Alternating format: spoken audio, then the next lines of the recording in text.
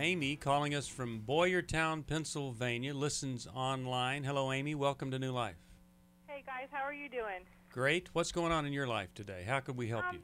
Well, Steve, I know you would understand this. I have just a question about my past, like infertility, and I lost like triplets, and I lost a baby when I was like almost 5 months pregnant. Oh, wow. And I have two awesome children. I have a biological son, and I have an awesome daughter through the gift of adoption. So, like, I feel like I totally am fulfilled as a mom in that area. But I struggle with like triggers, like if I go to look through like a photo album, like during that dark time, I don't want to look at it. Yeah. Because I had the feelings of like the pain, and like even when my son was little, I had the miscarriage after he was born.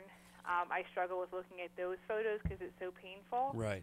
And then I actually I actually have dreams. I think they're nightmares, where my kids are being snatched, like out of out of their beds. Sure. Or I wake up like in a panic. And also, when I have like cramps, like during my cycle, I dream of being at a hospital, like losing the baby, or I'm in labor, but it's never going to come. Right.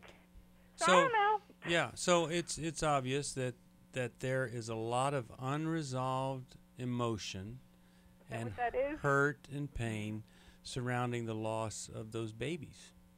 Now, that's what it is, unresolved, just... Well, and then the question we'd have to ask is, what have you done to try to deal with that grief and loss? And then we'd try to help you figure out some things to do. But what have you done anything specifically in that area?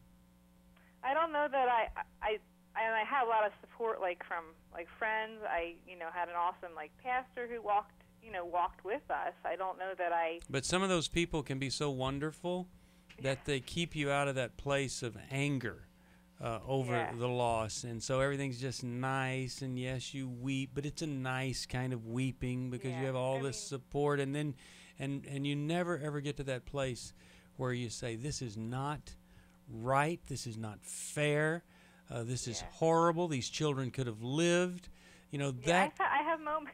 Okay. I've had moments, but I don't know that I never got counseling. Right. Like I never like there's things that you experience that I never shared, like just holding a baby. Well, there you are, and dying. so you have to. So when you're with a counselor, which I think you need to get involved with. Okay. You can work to. You can get that anger expressed to someone, and then you don't have to feel it, and then you can move to that place of really deep sadness, and then you'll be able to move on. Because if you don't do that, you can end up being overly protective of the kids that you have, overly controlling. Do you think that's? I'm thinking I can be totally like that. Yeah. So you want to like fear. I have fear, anxiety. Like I have fear for my kids and anxiety, and then they will pick up on that, and really, it's not necessary. Okay. Because just because you had those experiences doesn't mean that your kids are more susceptible to any other kids. And when you raise a fear-based child, they repeat it. They grow up, or they compensate in some other way, rebel against it. So it'd be good if you could resolve these sooner than later. Mylan, Jill, what are your thoughts about it? Amy, as a mom, some fears are totally normal. And usually when you first become a mom, there are fears that are heightened because of the fragileness of this child and the awesome responsibility. But eventually those fears kind of move to the background because we can't live in that place, 100% of the time. The fact that you're having those dreams and they keep coming up, I think, while you're sleeping, you are working on issues. Okay. And so they're coming up for a reason. And it sounds like it was pretty traumatic what you went through. It was very traumatic. I mean, I was hospitalized, and then I needed blood transfusion. Yeah, wow. And I just, I just, went ahead and moved on, and well, and everybody went towards the goal. Yeah, everybody goes through things, a little differently. And so sometimes when we're going through something that feels traumatic, too, it's what we tell ourselves about that experience. What does this mean about me? And what does this mean about how God sees me? And, those are things that are important to process, Yeah. as Steve was saying. You don't shove those emotions because down they'll dead. come out somewhere. They're alive. Mylan, any thoughts you have here? Well, you definitely had very severe trauma here, Amy. I mean, that's a lot of loss. And I don't think at times the church is really good at acknowledging the reality of loss, how deep it is, and how long it takes to get through it. And what, as Steve said, and Jill, the stages that it takes to get through it. And so we never go through the deep mourning. We sort of think we have to have this positive mental outlook, and we have to get through it and move on. And I hear you laughing a lot, Amy. Okay? Yeah. And that's kind of a defense to the deep feelings you feel. And if you did grief recovery work, not just even as an individual, that's a good idea, I suppose, if you did some of your own work. But if you did it with your husband involved, and the two of you learned to grieve together and comfort each other in a couples setting, in a couples therapist office, you end up getting a 2-for-1 there. You end up creating a bonding experience that's unique, and someone to actually comfort you and hold you while you perhaps are grieving. And your husband probably has feelings too. My poor husband, yes. You see, and for him to be able to process those and grieve those as well.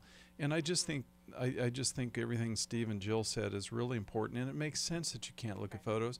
And maybe your husband could help you look at the photos together and comfort you so that you can face your fears instead of finding yourself in a position of avoidance, because fears don't go away with avoidance. Well, and this is good training that you can pass on to your kids. Right. Have you seen the book Healing is a Choice? I do have that book. I haven't gotten. Why don't you start there and start in the grieving chapter? Okay. And I think it might help you there. It's a start. But I can just picture you and your husband opening up that book, that photo album that you hate to see, and you in tears expressing your feelings about that, and him comforting you, and that's and great. you guys connecting together over the grief. Looking at the pictures and then asking yourself what is coming up and describing that to each other. Yeah. Okay. And sitting with it. Or going to a counselor and taking that photo album with you. But you don't have to live like this. Yeah, so I just want to know, is that like the fear that I have, like sometimes daily with my kids? I'm like, what? This is just. Well, like it makes sense. away. Yeah, it makes sense though, doesn't it? Doesn't it make trauma. sense? It does. You need it to does, wipe. But I'm 5 years out, so I felt like. You know 5 what? years. Yeah, but 5 years of running, not dealing with it. You never want to raise a child in reaction to anything. You want to raise a child the way a child needs to be raised because of their unique personality and disposition. And I really do believe you're raising them in reaction to a great loss, and you don't want to lose them. Can they sense that? Oh, Even though I certainly. don't verbally... Oh, wow. Can they ever? Yeah. Okay. Yeah. As a matter of fact, my son has fear. As a matter of fact, Amy, I was just reading a journal article that, in fact, parents who cause fear in children cause developmental concerns for the child, and the fearful person, the parent, also causes developmental problems with the child. Now, she says she's got a son that's fearful. Yeah. So she is helping to create that. Yeah. And so that's why she needs to acknowledge the fear and indicate to the child, because more is caught than taught. Yeah. The child feels that fear. She feels the child will feel the protectionism, the worry, the change of tones, and the moms from infancy on, they feel their mother. Yeah, they'll feel it. So I hope and pray that you'll take some steps in this direction, and then when you reverse it, you watch your 9-year-old. He'll start to reverse it. But not all's lost, Amy. No. Not all's lost. That's right. You can recover from this. And yet I would also tell Amy, for a lifetime, she might also, even though she does all this work, she might have some sensitivities to opening up a photo album and seeing a season of loss in her life. And sensitivities are different than knee-jerk reactivities that and just anxiety and anxiety that